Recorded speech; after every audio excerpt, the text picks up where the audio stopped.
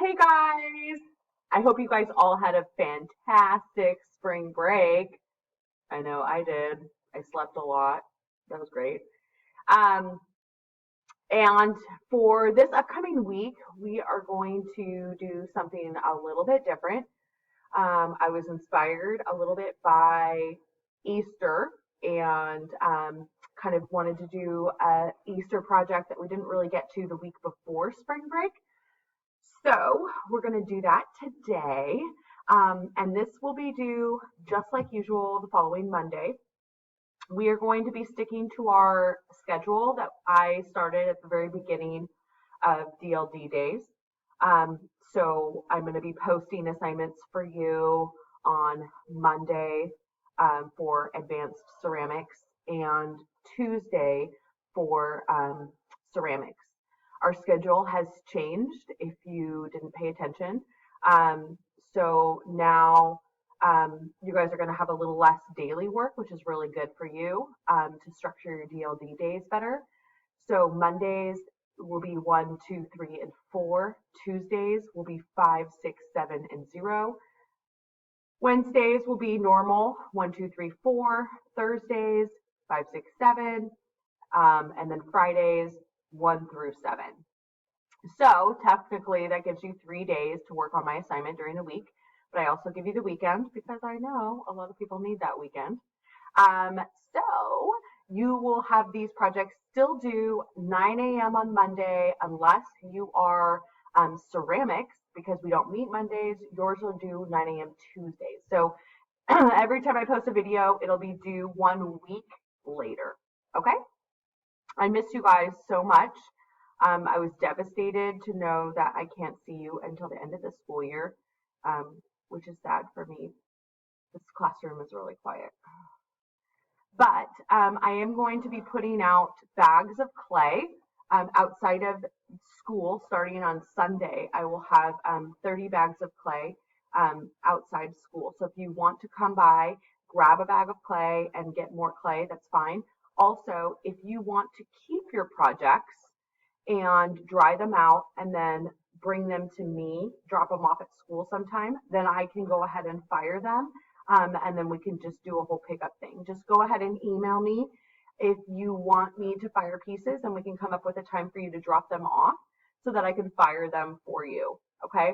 So if you want to keep these assignments, you are more than welcome to do so. I encourage that. But if you're not going to do anything with them or you're not going to bring them to school, you can just keep using the same clay. Okay? So, excuse me. So for our next project, we're going to be doing crosses. We're going to be doing coil crosses, okay? So an example of this, I'm going to show you. I made a handout. Oh my gosh, where'd it go? Give me a second. Okay, here we go. So this is going to be your handout that I'm going to attach with the actual assignment. So this piece will, these are kind of some examples of what we're going to be doing. There's two different ways that you can complete these crosses.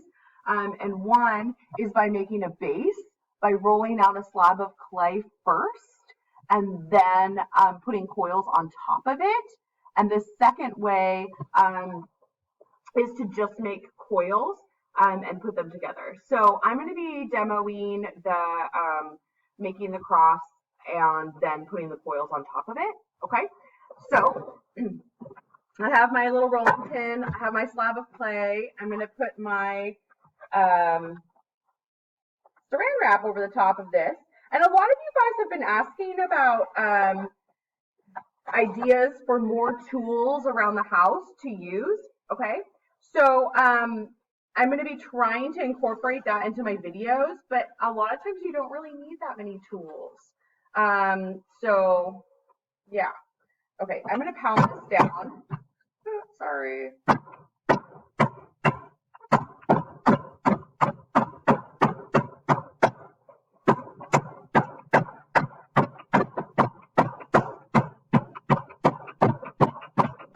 And I'm just using, on here, I'm just using a little piece of mat board or because the janitors were amazing and they cleaned my room, but they got rid of all my cardboard. So I'm just using a piece of mat board. You can use cardboard. This is going to be moving around a little bit, so that stinks. So I'm just going to roll. So if you have a can instead of a rolling pin, or you have an old-fashioned rolling pin, you can just use the rolling pin and roll out this way, like with a can. You guys can't see that. And then you just want to make sure that you're always moving around. It's like rolling dough out. So notice how I'm using the rolling pin and I'm rolling in one direction and then I'm switching directions because I want to make sure that it's consistent, okay?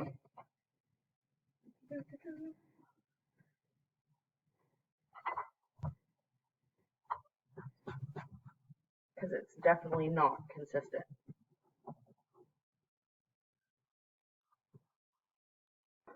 Okay, so I just finished rolling out this slab, and I'm going to take my saran wrap off. It did rip a little bit, but at least most of it stayed nice and clean. If you want to, you can cut out a template on paper to trace over so that you have the cutout of the cross that you want. So what I have here is I have some paper and some scissors, okay? And I'm just going to, I didn't even draw it out first, so I'm going to make kind of a cool cross shape.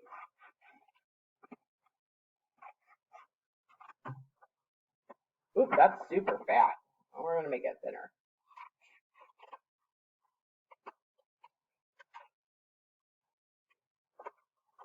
That's what happens when you don't draw it out first. Oh well.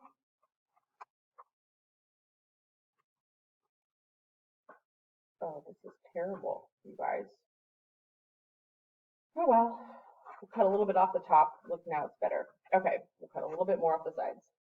Okay, so it's way smaller than I wanted it to be. But I have a template. I'm going to put the template down on my clay. I'm going to use a knife, okay? And I am just going to, or you could use a needle. You could really just use whatever you want. I'm actually making this cross a little bit bigger than my cutout because I don't want it to be too small.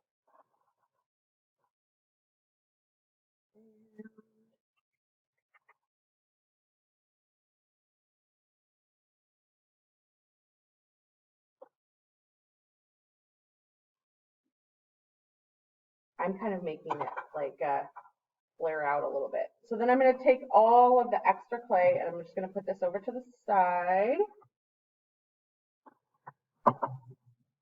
Stuff on the table. Great. Okay. You guys get to see like all my fails in this video. Okay. So, ta-da! We have our cross. I'm going to take my template off. There we go. Okay. So I'm actually going to cut a little bit more off the top to shape this and a little bit on this side because it doesn't look even, and there we go. Voila. Okay. So I have my little template that I'm going to go off of for my cross. The next thing that I'm going to do is start coiling. So I'm going to set this aside and I'm going to start coiling large coils. And probably the easiest way to do this would be to try to coil longer coils and then make them shorter if you need them. So I'm going to start out, you can see I just kind of squeezed it to make it longer. And then I like to stand up when I roll coils. I'm going all the way down, all the way up, and I'm moving my hand all the way around the coils. Now, if you don't have adequate spot to roll coils, because I'm sure your parents don't want you doing that on their dining room table or anything like that, one place that you could do it is in the garage, on the floor, or some sort of surface that is a little bit larger. If you have a large box of like a cardboard box that you could flatten out, do that this way, things like that. So here I am with my long foil. I actually want to make this like fairly thin because I'm going to use it for designs. I'm going to, basically what you're going to do is you're going to fill this template with a coil design, okay? So I have this nice long foil. I'm going to move this back into view. And I'm going to start to plan out my design. So when you're bending coils, if you notice, you want to be very gentle. I'm going to do a little spiral. This. If it starts to crack, you can always add a little bit of water to it. I'm going to put a little spiral in the middle. So I just made this little spiral. I'm going to put this in the middle, and I'm going to plan this out before I slip and score everything down. So all I'm going to do is kind of going to plan out for, I like the spiral look. So I might make a couple of spirals. You don't have to make any spirals. That's just me.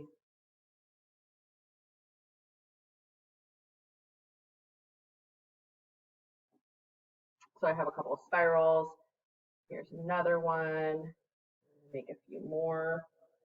And again, I'm not slipping and scoring this down yet because I want to kind of make sure everything fits in my design before I slip and score. I'm going to make this one at the bottom a little bit bigger.